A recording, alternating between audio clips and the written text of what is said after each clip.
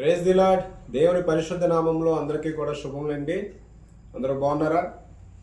నిత్యము కూడా మనము మన జీవితంలో మానవుడిగా ఈ యొక్క లోక మార్గంలో సృష్టించబడినటువంటి సృష్టిలో విశ్వంలోని ఈ లోక మార్గంలో ఎన్నో రకమైన ప్రయాసాలు పడుతూ నిత్యము మన జీవితాన్ని మనము నడుచుకోవడం జరుగుతుంది.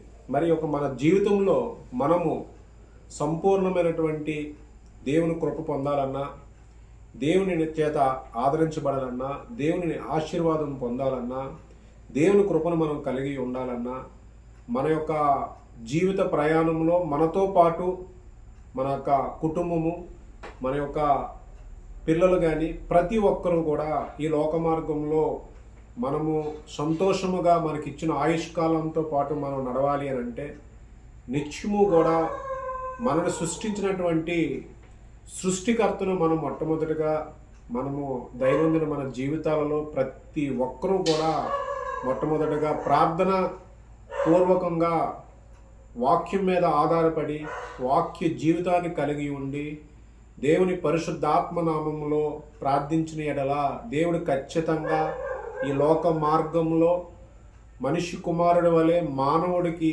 ఇచ్చిన సకల విధమైనటువంటి అన్నీ కూడా దేవుడు ఆశీర్వదించి ఇవ్వడం జరుగుతుంది. మరి అట్టి ఆశీర్వాదాన్ని మనం అందరము పొందాలి అని అంటే నిత్యము కూడా ఉదయకాల సమయంలో వాక్య ధ్యానంతో మనము మన దినాన్ని మనం ప్రారంభించుకోవాలి. ఇది ప్రతి క్రైస్తవుడి యొక్క ప్రాథమిక బాధ్యత మరియు దేవుని యొక్క ఇష్టపూర్వకంగా ఇష్టపడేటువంటి అంశము. మరి నిత్యము కూడా మనము మన యొక్క రక్షణ వాక్య కార్యక్రమం ద్వారా మనమందరము కలిసి సంతోషముతో ఆనందముతో ఉదయకాల సమయంలో గడిచినటువంటి దినాలన్నిటిలోని కూడా మనము పరిశుద్ధ గ్రంథంలో పొందపరిచినటువంటి క్రొత్త నిబంధనలో 27 పుస్తకాలలో మొట్టమొదటి పుస్తకము మత్తయి సువార్తను మనము దేవుడు ఇచ్చినటువంటి కృపను బట్టిగాను ప్రతి సమయాన్ని ఆయన ఆశీర్వదించి దీవించబడిన తర్వాత మనమందరము ఉదయకాలంలో ఏకస్వరముతో మనందరము మన యొక్క ప్రార్థన ద్వారా ఆయన స్తుతి ఆరాధించుకుంటూ మనము మన యొక్క ఆధ్యాత్మిక జీవితాన్ని దైవ కృపను మనం పొందిన వారముగా మనం ఉన్నాము. మరి అదే కొనసాగింపుగా మరి నేటి దినము మనము మరొక నూతన పుస్తకముని నూతన గ్రంథాన్ని మనము ఈరోజు మనం ప్రారంభించుకునే ముందు మరొకసారి మన యొక్క రక్షణ వాక్య కార్యక్రమం ద్వారా ఈ యొక్క ఆన్లైన్ సర్వీసెస్ని మనము దేవుని కొరకు దేవుని సువార్తను తెలియజేయడం కొరకు దైనందినటువంటి దినాల్లో సువార్త భారాన్ని ప్రత్యక్షంగా కొంతమంది వారు వివరిస్తున్నప్పటికీ మరికొంతమంది మరో రకంగా ప్రత్యక్షంగా చేస్తున్నప్పటికీ ఇటువంటి ఆన్లైన్ సర్వీసెస్ ద్వారా మంచి అవకాశం ఉన్నటువంటి ఒక యూట్యూబ్ ఛానల్ ద్వారా సువార్తని మనము తెలియజేసే వారముగా దేవుడు మనకి ఇచ్చినటువంటి అవకాశాన్ని బట్టి మనము దేవుడి నామాన కృతజ్ఞతాస్తుతులు చెల్లించుకుంటూ అదేవిధంగా మన యొక్క రక్షణ వాక్య కార్యక్రమాన్ని చూస్తున్నటువంటి అనేకమైనటువంటి విశ్వాసులు వారందరూ కూడా దేవుని కృపను బట్టి ఆశీర్వాదపడాలని, ఆదరించబడాలని, సహాయం పొందాలని, దేవుని కృపలో వారి యొక్క కుటుంబాలు సంతోషంతో ఉండాలని కోరుకుంటూ మరి నేటి దినం మనం మన యొక్క రక్షణ వాక్య కార్యక్రమంలో పరిశుద్ధ గ్రంథంలో పొందపరిచినటువంటి క్రొత్త నిబంధనలో సువార్తలు లో మొట్టమొదటిగా మత్తయి సువార్త, రెండవదిగా మార్కు సువార్త, మూడవదిగా లూకా సువార్త, 4వ అంశంగా యోహాను సువార్తలు. ఈ 4 సువార్తలలో నేటి దినము నుంచి మనము ప్రారంభించుకొని ముగింపు వరకు కూడా కొనసాగించేటువంటి అధ్యాయాలు మార్కు గారి యొక్క మార్కు సువార్త. ఈ యొక్క మార్కు సువార్త గురించి నేటి దినము నుంచి మనము క్రమంగా పొందపరిచినటువంటి అధ్యాయాల గురించి మనము అధ్యాయం టు అధ్యాయము మనం ధ్యానించుకున్నాం. మరి ముఖ్యంగా ఈ యొక్క పరిశుద్ధ గ్రంథంలో సువార్తల యొక్క ప్రాధాన్యత, ప్రభువైన యేసుక్రీస్తు వారి యొక్క జననము, ఆ తర్వాత ఆయన బాప్తిస్మం పొందడము, ఆ తర్వాత ఆయన పరిచర్య చేయడము, పరిచర్య తర్వాత ఆయన శ్రమలు గురి కావడము, శ్రమలకు గురి అయిన తర్వాత ఆయన సిలువకు అప్పగించడము, సిలువ మరణము, పునరుద్ధరణ, దైవ సందేశమైనటువంటి అంశాలు, అనేక రకమైన ఉపమానాలతో కూడుకున్నటువంటి సర్వ సృష్టికి సర్వ మానవాళికి కూడా అర్థమయ్యే రీతిలో అనేకమైనటువంటి శిష్యులు ప్రభువైన యేసుక్రీస్తుల వారిని దగ్గర నుంచి చూసినటువంటి శిష్యులు ఈ యొక్క రచనా శైలి కలిగి ఉండి తద్వారా మనం అందరం కూడా ఈ యొక్క విషయాలు తెలుసుకోవడం జరుగుతుంది. ఈ క్రమంలో మనం చూసుకున్నట్టయితే నేటి దినం మనము మాట్లాడుకునేటువంటి అంశము మార్కు సువార్త.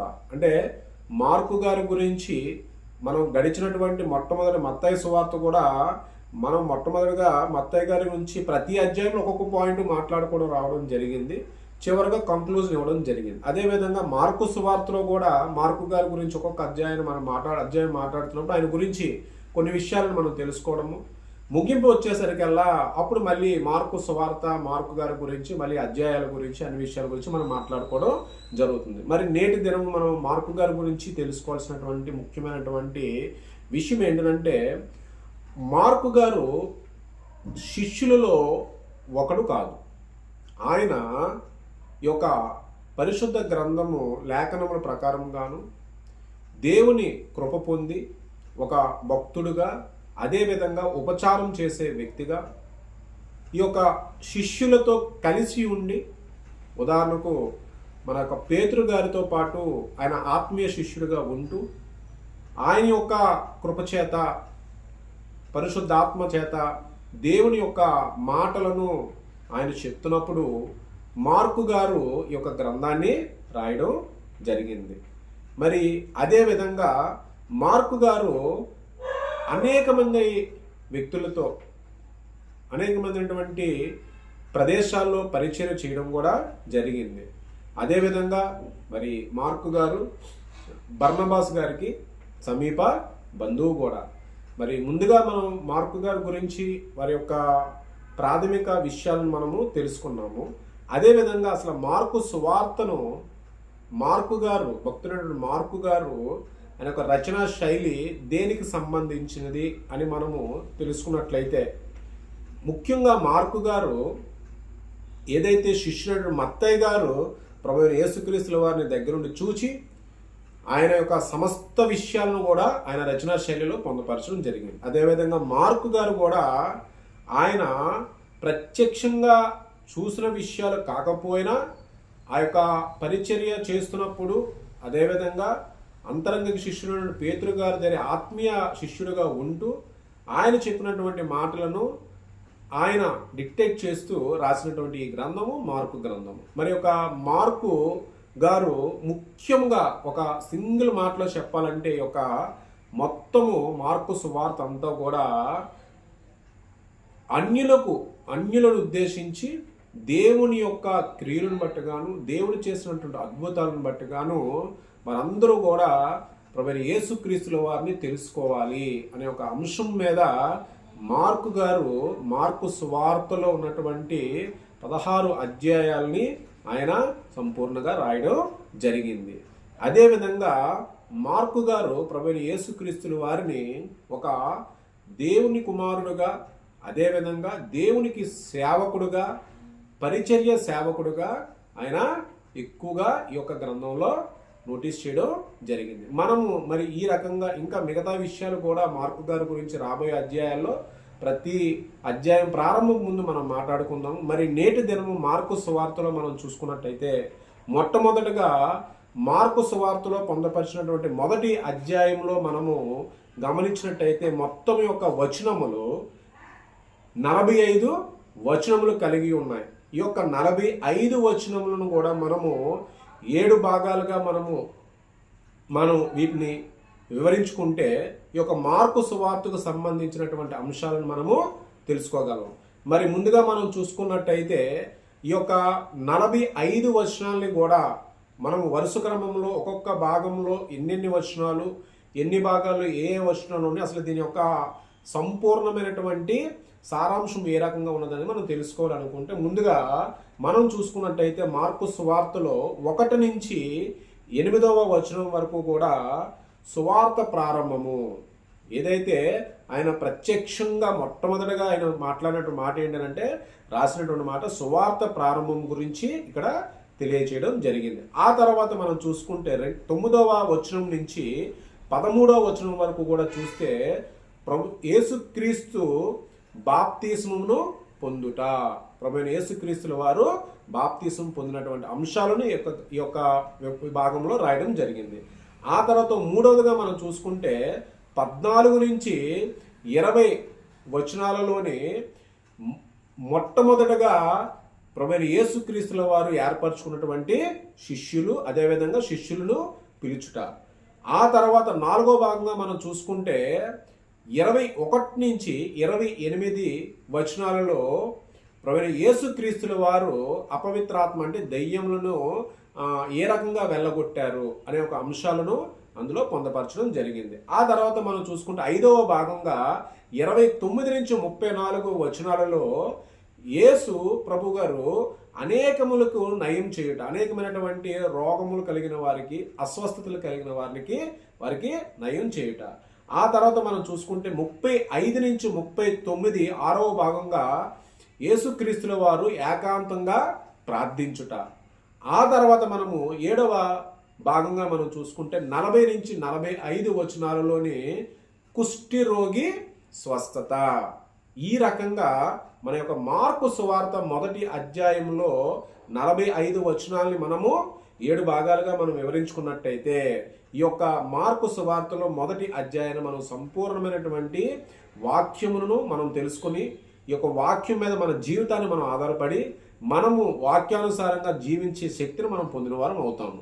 మరి ఈ రకంగా మనం చూసుకుంటే మొట్టమొదటగా సువార్త ప్రారంభము. ఏదైతే ఈ సువార్త ప్రారంభం ఉందో 1 నుంచి 8 అధ్యాయంలో మనం చూసుకుంటే ఇక్కడ మొట్టమొదట వచనము దేవుని కుమారుడైన యేసు క్రీస్తు సువార్త ప్రారంభము. అంటే మార్కు గారు ఏదైతే ప్రభువైన యేసుక్రీస్తుల వారిని ఏ రకంగా రచనా శైలి చేయడం జరిగిందంటే ఆయన చేసినటువంటి పరిచర్య కానీ ఆయన చేసినటువంటి సేవల గురించి కానీ ఎక్కువగా కోట్ చేయడం బట్టి డైరెక్ట్గా ఆయన చెప్పిన మాట ఏంటంటే దేవుని కుమారుడైన యేసుక్రీస్తు సువార్త ప్రారంభము. ఆ తర్వాత అక్కడి నుంచి మనం 1వ వచనం నుంచి మనం చూసుకుంటే ప్రవక్త అయిన యెషయా చేత నెరవేర్పబడినటువంటి ప్రవచనములు, అదేవిధంగా బాప్తీసము ఇచ్చు యోహాను గారి యొక్క పరిచర్య ఈ యొక్క 8 వచనాల మధ్యలో మనం చూసుకునవచ్చు. ఏదైతే బాప్తీసం ఇచ్చి యోహాను గారు అక్కడ ఉన్నటువంటి యెరూషలేములో ఉన్నటువంటి వారు యూదులు అనేక మంది పాప క్షమాపణ నిమిత్తం గాను మారు మనస్సును పొంది వారు ఏదైతే బాప్తీసము తీసుకుంటున్న విధానాన్ని కూడా ఇక్కడ మనకి తెలియచేయడం జరిగింది. అదే విధంగా మనం చూసుకుంటే బాప్తీసం ఇచ్చు యోహాను గారి యొక్క వస్త్రధారణ అంశాలను కూడా 6-7 వచనములలో మనకి పొందపరచడం జరిగింది.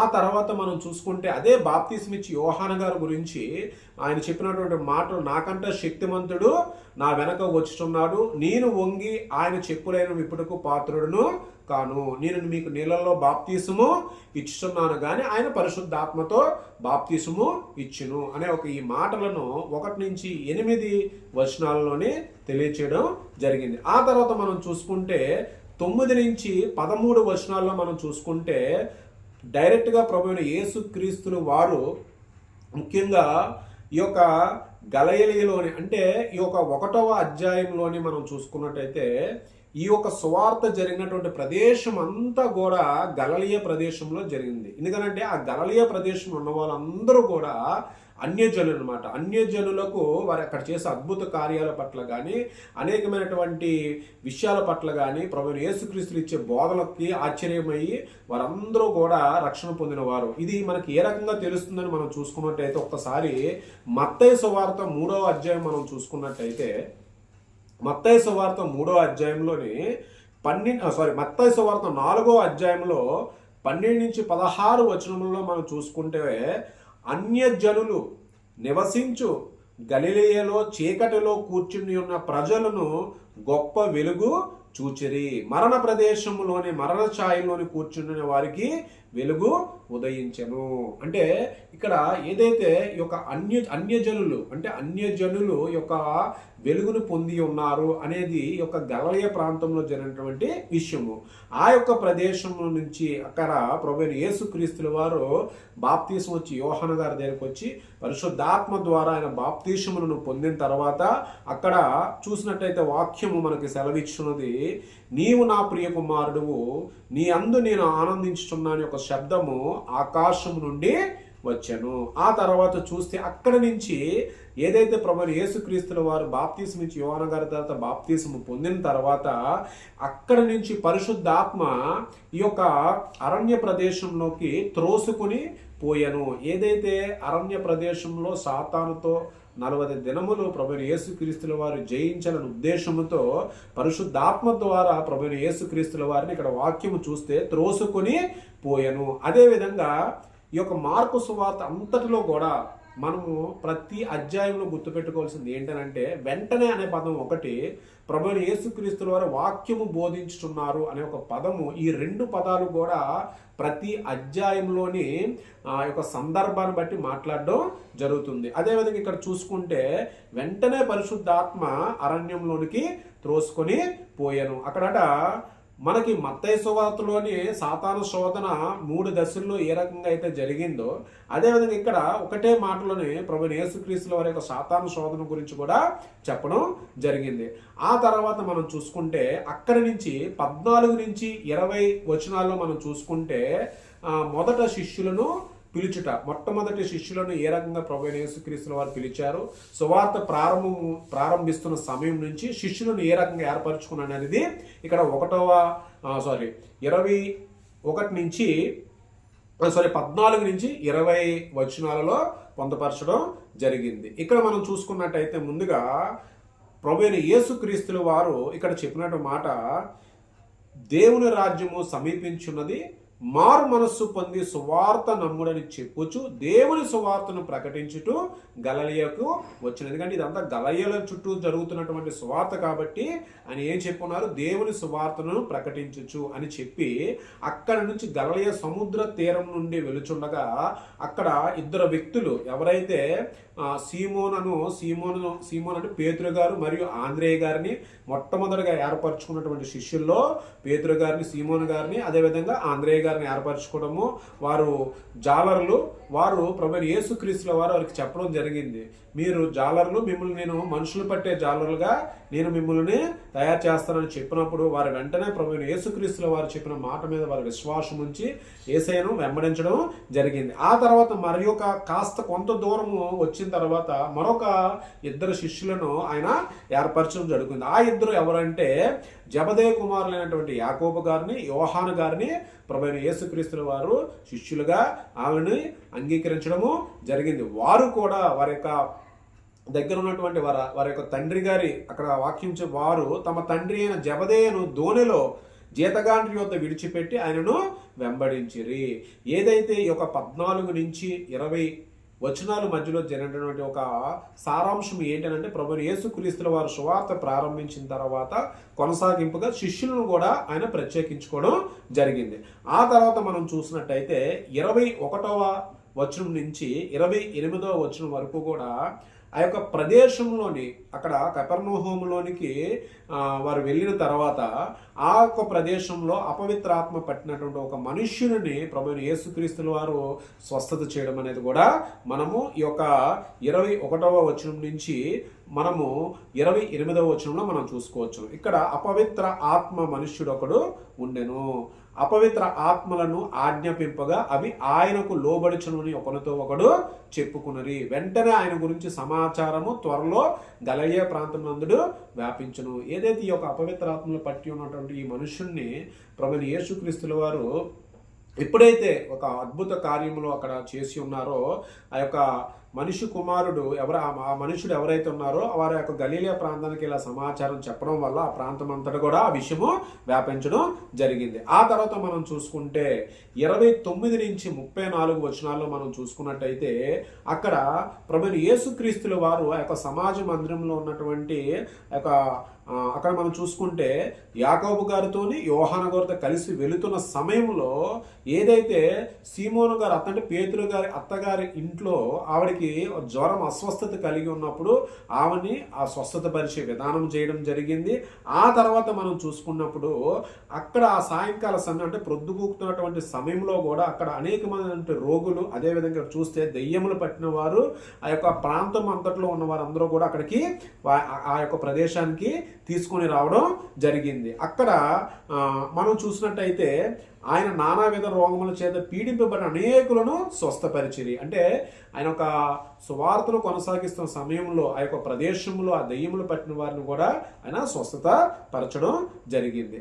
ఆ తర్వాత మనం చూసుకుంటే ఇక్కడ 35వ వచనం నుంచి 39వ వచనంలోని ప్రభువైన యేసుక్రీస్తుల వారు ఏకాంతంగా ప్రార్థన చేయుట, అంటే ఏకాంతంగా ప్రార్థన చేయుట అంటే ప్రభువైన యేసుక్రీస్తుల వారు కూడా ఆయన యొక్క నిత్య జీవితంలో మనుషుల వలె మనిషి కుమారుడు కాబట్టి ఆయన కూడా మానవుడు వలె మనిషి వ్యక్తిత్వం కలిగిన వ్యక్తి కాబట్టి ఆయన పరిశుద్ధాత్మ పొందిన వ్యక్తి కాబట్టి నిత్యము కూడా ఆయన ఒక ఏకాంత ప్రార్థన అరణ్య ప్రదేశంలోని ఇప్పుడట పెందలకాడే లేచి ఇంకను చాలా చీకటి ఉండగానే బయలుదేరి అరణ్య ప్రదేశంలో వెళ్ళి అక్కడ ప్రార్థన చేయుచుండెను. హల్లెలూయా. దేవుని ఒక కృపలోని నిత్యము కూడా మనము కూడా ప్రార్థన ద్వారా ప్రతిదీ కూడా మనం సృష్టించినటువంటి తండ్రికి మనము తెలియజేసే బాధ్యత దేవుడు మనకి ఇచ్చి ఉన్నారు. మన యొక్క ప్రతి సమస్యను మన యొక్క ప్రతి ఒక్క క్రియను కూడా మనం చేసే ముందు కానీ మనం ఏ ఒక్క క్రమంలో మనం ఎక్కడ ఏ రకంగా ఉన్నా కూడా దేవుని ప్రార్థన ద్వారా మన జీవితాన్ని మనం పొందినట్లయితే ఖచ్చితంగా మనము దేవుని యొక్క ఆశీర్వాదము ఆదరించము మనం జరుగుతుంది. మరి ఇక్కడ ఇదే విధంగా మనం చూసుకున్నట్టయితే ప్రభువైన యేసుక్రీస్తుల వారు ఆ యొక్క ఉదయకాల సమయంలో పెందలకాయ లేచి ఆయన ప్రార్థన చేస్తున్న సమయంలో వీళ్ళందరూ కూడా ఆయన దగ్గరికి వెళ్ళినప్పుడు ప్రభువైన యేసుక్రీస్తుల వారు చెప్పినటువంటి మాట ఏంటంటే ఆయన నేను ప్రకటించినట్లు ఇతర సమీప గ్రామాలలోని నేను ప్రకటించినట్లు వెళ్ళుదము రండి, ఇందు నిమిత్తమే కదా నేను బయలుదేరి వచ్చినని వారితో చెప్పాను. ఆ తర్వాత మనం చూసుకున్నట్టయితే ఇక్కడ 40వ వచనం నుంచి చివరగా 35 నుంచి 39లో మనం చూసుకున్నట్టయితే ప్రభువైన యేసుక్రీస్తు వారికి ఏకాంత ప్రార్థన ముగింపు అయిన తర్వాత 40 నుంచి 45 వచనంలో మనం చూసుకుంటే ఒక కుష్టి రోగికి సంబంధించినటువంటి ఏదైతే ఒక కుష్టి వ్యాధి కలిగినటువంటి ఒక వ్యక్తిని ప్రభువైన యేసుక్రీస్తుల వారు స్వస్థత పరచడం అనేది జరిగింది. ఈ యొక్క స్వస్థత కూడా ప్రభువైన యేసుక్రీస్తుల వారు ఆయన పరిశుద్ధాత్మ చేత సమస్త అధికారం కలిగిన వ్యక్తి. ఆయన ఒక దూరం నుంచి ఉండి స్వస్థత చేయగలిగిన శక్తి ఉన్నప్పటికీ కూడా ఆ యొక్క కుష్టి రోగిని ఆయన దగ్గరుండి ముట్టి ఇక్కడ వాక్యంలో మనం చూసుకున్నట్టయితే ఒకటి ఆయనను వేడుకొనగా ఏదైతే ఆ కుష్టి రోగి ఉన్న వ్యక్తి ఆ స్వస్థత చేయమని వేడుకొనగా ఆయన కనికరపడి అంటే ఆయనని వేడుకున్నప్పుడు ప్రభువైన యేసుక్రీస్తుల వారు కనికరపడి చెయ్యి చాపి వాణిని ముట్టి అంటే ఏదైతే వ్యాధిగ్రస్తుడైనటువంటి ఒక వ్యక్తిని దయాగుణముతోని ప్రభువైన యేసుక్రీస్తుల వారు ముట్టి స్వస్థత పరచడం అనేది ఒక గొప్ప విషయాన్ని ఇక్కడ మనము తెలుసుకోవచ్చు. నా జీవితంలో కానీ మనము కూడా మన యొక్క కుటుంబాలలో కానీ అదేవిధంగా సంఘంలో కానీ లోకంలో కానీ ఏ ఒక్కరు కూడా అనారోగ్యాల బారిన పడినప్పుడు వారి మీద మనం దయాగుణము కలిగి ఉండి సేవ యొక్క భావంలోని మనం ఉన్నట్లయితే ఆ యొక్క సేవ పరిచర్యను తెలుసుకోవడానికి ప్రభువైన యేసుక్రీస్తుల వారి యొక్క కుష్ఠరోగిని ముట్టి స్వస్థత పరిచే విధానాన్ని మనము వాక్యానుసారంగా ఆలోచించినట్టే మనలో కూడా సేవాభావం అభివృద్ధి చెందే అవకాశం ఖచ్చితంగా ఉంటుంది. మనము కూడా సేవాభావంతో చేయగలము. ఆ రకంగా ప్రభువైన యేసుక్రీస్తుల వారు కుష్ఠరోగి చేసినటువంటి ఒక ఏదైతే అద్భుతములు ఉన్నాయో వీటిని కూడా ఇందులో మనకి పొందపరచడం జరిగింది. చివరగా మనం చూస్తే ఇక్కడ అయితే వాడు వెళ్ళి ఏదైతే ఈ యొక్క కుష్ఠరోగి స్వస్థత పొందిన తర్వాత మోషే ధర్మశాస్త్రం ప్రకారంగా నువ్వు యొక్క కానుకను చెల్లింపమని చెప్పినప్పుడు ఆ కానుకను చెల్లించి ఆజ్ఞాపించి పంపివేసిన వాడు ఏదైతే ఈ కుష్ఠరోగి ఏదైతే స్వస్థత పొంది ఉన్నాడో ఆ వ్యక్తి ఏం చేశాడట ఆ సంగతి ప్రచారం చేయుటకు ఆరంభించిన కనుక ఆయన ఇక పట్టణంలో బహిరంగంగా ప్రవేశింపలేక వెలుపల అరణ్య ప్రదేశంలోనే నుండెను. నలుదిక్కుల నుండి జనులు ఆయన యొద్దకు వచ్చిచుండరి. అంటే ఇక్కడ మొదటి అధ్యాయంలోని సమస్తమంతా కూడా మీరు చూసినట్టయితే గలిలయ ప్రదేశంలోనే మొత్తం అంతా జరిగింది. ఈ యొక్క గలిలయ ప్రదేశంలో ఉన్నటువంటి అన్యులకు చేసినటువంటి గొప్ప అద్భుతాలు, ఈ యొక్క అద్భుతాలు చేసింది దేవుని కుమారుడైనటువంటి ప్రభువైన యేసుక్రీస్తుల వారే అని అన్యజనులకు తెలియచేస్తున్నటువంటి విధానాన్ని మార్కు గారు చాలా క్లుప్తంగా ఇక్కడ పొందుపరచడం జరిగింది. ఈ యొక్క అధ్యాయం మనం చదువుతున్నప్పుడు ఏ అధ్యాయమైనా మనం చదువుతున్నప్పుడు ఆ యొక్క రచయిత ఏదైతే ఆ యొక్క రచయిత అయినటువంటి మార్కు గారు ఇక్కడ పొందపరిచినటువంటి అంశం అంశాలను మనం చాలా క్లుప్తంగా మనం చదువుకున్నట్టయితే అధ్యాయంలో ఉన్న ప్రతి వచనం కూడా మనము మొట్టమొదట గ్రహించే వరం అవుతాము. ఆ తర్వాత దానిని మన వాక్యాన్ని మనం ధ్యానించుకొని వాక్యాన్ని ద్వారా మన జీవితాన్ని నడిపించుటకు చేసే ప్రతి ప్రయత్నానికి ముందు దేవుని ప్రార్థన ద్వారా అడిగినట్టయితే వాక్యమైనటువంటి జీవితాన్ని మనం పొంది వాక్యం ద్వారా మన జీవితంలోని నడుచుకోవడం వల్ల దేవుని కృపతో పాటు దేవుని యొక్క పరిశుద్ధ ఆత్మ చేత అభిషేకించబడి ఆయన సహాయం కూడా మనం పొంది మనము ఫలవంతమైన జీవితాన్ని మనం గడుపుతాం. మరి ఒక మార్కు మొదటి సువార్తలో మనము మన యొక్క దైనందిన జీవితంలో మనము తెలుసుకోవాల్సింది ఏంటి అని ఈ ఓవరాల్గా చూసుకున్నట్టయితే ఓవర్వ్యూలో మొదటి అధ్యాయంలోని ప్రభు అయిన యేసుక్రీస్తుల వారు ఒక సేవకుడుగా అదేవిధంగా దేవుని కుమారుడుగా ఈ యొక్క రెండు కలిసినటువంటి ఒక వ్యక్తిగా ఆయన చేసినటువంటి అద్భుతాలు, అంటే ఏదైతే అన్యజనులు చేసినటువంటి గొప్ప అద్భుతాలు, మరి నా జీవితంలో కూడా మన తోటి సహోదరులు అన్యులలో ఎవరైనా ఉన్నప్పుడు మనము చెప్పడానికి దేవుడు చేసినటువంటి గొప్ప అద్భుతాలు చెప్పడానికి ఒక అధ్యాయం మనకి బలమైనటువంటి కారణము అవుతుంది. అదేవిధంగా ఒక విశ్వాసముతో నమ్మకంతో కలిగి ఉండి దేవుడు చేసినటువంటి గొప్ప అద్భుతాలను చెప్పేటువంటి గొప్ప అవకాశం దేవుడు మనకి ఇచ్చాడు. మరి యొక్క క్రమంలోని మన యొక్క సువార్తలోని మనం ఎప్పుడైనా సరే ఈ యొక్క విషయాలను మనం గుర్తుపెట్టుకోవాలంటే ఖచ్చితంగా మనం అందరం కూడా ప్రతి అధ్యాయంలో ఉన్నటువంటి వచనాల్ని మనము చాలా జాగ్రత్తగా ధ్యానించుకున్నట్టయితే మనం ఖచ్చితంగా దేవుడు చేసినటువంటి అనేకమైనటువంటి అద్భుతాలతో పాటు ఆయన బోధనలతో పాటు మన యొక్క ఆధ్యాత్మిక జీవితాన్ని మనము బలపరుచుకుంటాం. మరి నా జీవితంలో ఈ రకంగా మనం అందరం కూడా సంతోషంతో దేవుని యొక్క మాటలు మనం ధ్యానించుకొని వాక్యం మీద జీవించటకు దేవుని నేటి దినమున ప్రార్థన ద్వారా మనము అడిగి ప్రార్థించుకుందాం. తలలు ఉంచుకున్నట్టయితే ప్రతి ఒక్కరం కూడా ప్రార్థించుకుందాం. స్తోత్రం ప్రభువా, లోకరక్షకుడైన ప్రభు యేసుక్రీస్తు వారి పరిశుద్ధాత్మ నామంలో వందనాలు, స్తుతులు, స్తోత్రములు ప్రభువా తండ్రి. యేసయ్యా, నేటి దినము యథావిధిగా ప్రభువా తండ్రి నాయన రక్షణ వాక్య కార్యక్రమంలో ప్రభువా మీరు ఆశీర్వదించబడి ఈ సమయాన్ని బట్టి కానీ మీకు వందనాలు నాయన. యేసయ్యా, మరి ముఖ్యంగా గడిచినటువంటి దినములలో ప్రభువా మత్తయి సువార్తలో ప్రభువా నాయన పొందపరిచినటువంటి 28 అధ్యాయమును ప్రభువా వాక్యములను ప్రభువా తండ్రి ధ్యానించుకొని ప్రభువా ప్రచురించడానికి గాను తెలియజేయటకు గాను ప్రభు మీరు ఇచ్చినటువంటి శక్తిని బట్టి కానీ ప్రభువా నాయన మీకు వేలాది వందనాలు, స్తుతులు, స్తోత్రములు. మరి నేటి దినము ప్రభు యథావిధంగా మార్కు సువార్త మొదటి అధ్యాయంలో ప్రభువా మీరు చేసినటువంటి అనేకమైనటువంటి స్వస్థతలను ప్రభువా తండ్రి ఆయన అద్భుత కార్యములను ప్రభు ఆ గలిలయ ప్రదేశంలో అన్య జనులకు ప్రభు మీరు చేసినటువంటి గొప్ప అద్భుతములను మేము తెలుసుకుని ఉన్నాం ప్రభువా. మా యొక్క జీవితంలో కూడా ప్రభువా నాయన అట్టి దయాగుణము కలిగి ఉండి ప్రభువా నాయన ఈ యొక్క వాక్యము ద్వారా ప్రభువా నాయన మేము ఇతరులకు సహాయము చేసేటువంటి మేలుకరమైన సహాయం చేసేటువంటి శక్తిని మాకు కలుగజేయమని ప్రభు యేసుక్రీస్తు వారు నా పేరట అడుగుచున్నాం తండ్రి. మరి నేటి దినము ప్రభువా అనారోగ్యంతో బాధపడుతున్నటువంటి బిడ్డలను ఆశీర్వదించండి ప్రభువా తండ్రి నాయన. ఈ యొక్క అనేకమైన వ్యాధులతో ప్రభువా బాధపడుతున్న వారిని ప్రభువా మీరు ముట్టి స్వస్థత కలుగు చేయండి ప్రభువా. మా యొక్క ప్రార్థన ద్వారా ప్రభువా తండ్రి మీరు వారందరి మీద ప్రభువా మీ యొక్క అభిషేకములను ప్రభువా తండ్రి మీ హస్తము చేత ఆశీర్వదించమని మిక్కిలి కృపతో అడిగి వేడుకొంచున్నాం తండ్రి. మరి నేటి దినము ప్రభువా తండ్రి మార్కు సువార్త మొదటి అధ్యాయంలో చదువుకున్న వాక్యములను ఫలింపచేయ విధంగా ప్రభువా మా జీవితంలో మీరు ఆశీర్వదించమని నజరేయుడైన యేసుక్రీస్తు పరిశుద్ధ ఆత్మనామములో అడిగి వేడుకొంచున్నాం తండ్రి.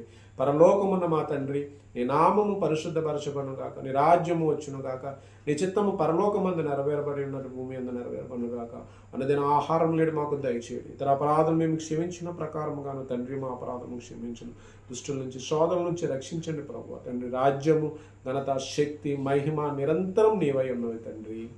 Amen, amen, amen. ప్రియమైన క్రైస్తవ సోదరులారా, మరి నేటి దినము మీరందరూ కూడా యథావిధిగా మీ యొక్క దినచర్య కార్యక్రమాలని మీరు ప్రారంభించే ముందు మనమందరం కూడా కలిసి ప్రార్థించుకున్నాము. సంతోషంతో ప్రతి దినము కూడా మీరందరూ కూడా దేవుని వాక్యం ద్వారా ఆధారపడి మీరు ప్రార్థించుకొని మీ యొక్క జీవితాన్ని మీరు ప్రారంభించాలని మన యొక్క రక్షణ వాక్య కార్యక్రమాన్ని ఇంకా అనేకులకు చేరవేసే ఒక విషయంలో, ఎందుకనంటే మీ చేతిలో ఒక బటన్ ఉంది. సువార్తని ఈ నేటి దినాల్లో ఆపడానికి ప్రయత్నిస్తున్న ప్రతి ఒక్కరికి సువార్తని తెలియజేసేటువంటి ఒక ప్లాట్ఫామ్ని మీరు ఇతరులకు తెలియజేయండి. అదేవిధంగా మీరందరూ కూడా సబ్స్క్రైబ్ చేసుకుని ఛానల్కి సపోర్ట్ చేయండి. నిజమైనటువంటి దేవుని మాటలను, నిజమైనటువంటి దేవుని యొక్క సత్య వాక్కులను తెలియజేయడానికి మీ అందరి యొక్క కృపను నాకు కలుగజేయాలని, అదేవిధంగా మీ అనుదిన ప్రార్థనలో మా యొక్క కుటుంబాన్ని గురించి, అదేవిధంగా మా గురించి కూడా మీరు ప్రార్థించి, అదేవిధంగా కామెంట్ బాక్స్లో ఏమైనా అవసరం ఉన్నా కూడా ఈ యొక్క ప్రార్థనా విధానాలకు సంబంధించినటువంటి ఏమైనా నూతన అంశాలను కూడా మీరు తెలియజేయాల్సిందిగా నేను మనస్ఫూర్తిగా కోరుకుంటూ మరొకసారి దేవుని పరిశుద్ధ నామములో మీ అందరికీ కూడా శుభములు.